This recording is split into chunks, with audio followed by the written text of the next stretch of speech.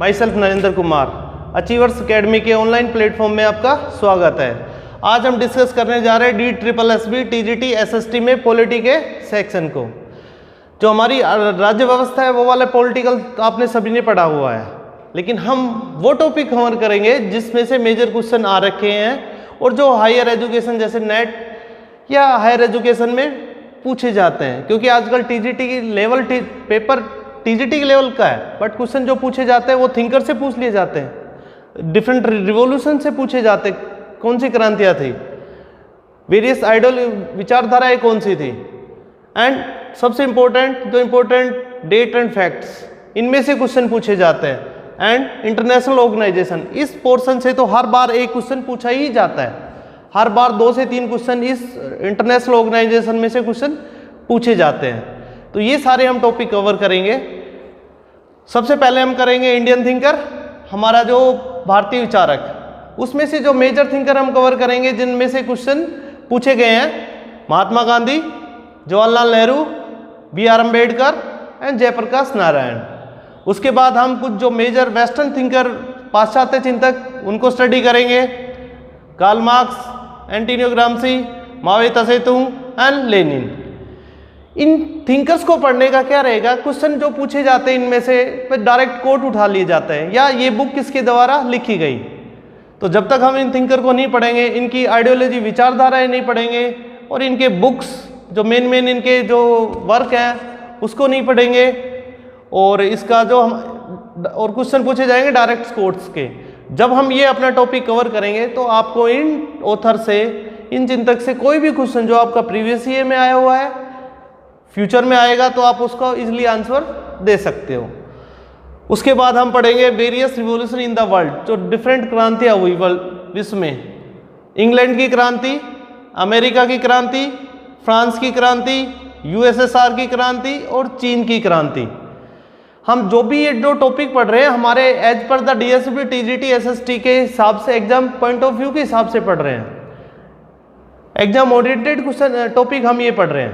तो इन क्रांतियों से जो क्वेश्चन कैसे पूछे गए हैं, आप सोचोगे क्रांति का तो GT में कोई क्वेश्चन, बट आप पिछले पेपर उठाओगे तो देखोगे डायरेक्ट कोट ये क्वेश्चन पूछे गए हैं क्रांतियों से।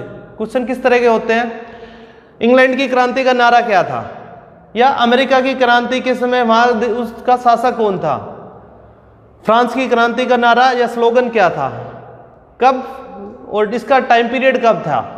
तो ये सारी चीज़ हम डिफरेंट रिवॉल्यूशन जब हम कवर करेंगे तो ये सारी चीज़ आपको उसमें डिस्कस करेंगे। उसके बाद आइडियोलॉजी, विचारधाराएं। जब तक विचारधारा, पॉलिटिकल साइंस में क्या होगा कि विचारधाराओं, ये सारे जो भी थिंकर है, किसी न किसी जो भी थिंकर हुए पॉलिटिकल साइंस के, जो सब किसी न किसी विचारधारा से में उनका प्रभाव रहा। हम विचारधारा में उदारवाद, समाजवाद, मार्क्सवाद, नाजीवाद एंड फासीवाद, ये सारी हम आइडियोलॉजी, विचारधाराएं हम डिस्कस करेंगे। उसके बाद जो सबसे इंपॉर्टेंट टॉपिक है, इंपॉर्टेंट डेट्स एंड फैक्ट्स। इस पोर्शन से भी डायरेक्ट क्वेश्चन आते हैं, क्या है, फैक्ट, डेट, कि first world war, second world war, cold war, शीत युद्ध एंड पंचशील सिद्धांत, इनके बीच से कि वेरियस एग्रीमेंट हुए, वेरियस अटैक हुए, वेरियस ट्रीटी हुई। तो क्वेश्चन आएंगे डायरेक्ट, जैसे लास्ट ईयर DSSB TGT में एग्जाम में क्वेश्चन आया था कि when did the Germany attack on Poland, कि जर्मनी ने पोलैंड पे कब आक्रमण किया, direct factual question, first world war से। तो ये सारी चीज़ हम इसमें डिस्कस करेंगे। इसका टाइम पीरियड हम रखेंगे 1914 से 1989। इसके बीच में जो मेजर इवेंट हुआ, मेजर एग्रीमेंट हुए, वो सारी चीज़ हम 1914 starting of world war 1 and 1989 end of cold war. तो इस पीरियड के बीच में जितने भी हमारे फैक्ट्स रहेंगे, फैक्चुअल क्वेश्चन रहेंगे, वो सारे मैं आपको इसमें करवाऊंगा 1 लाइनर की फॉर्म में।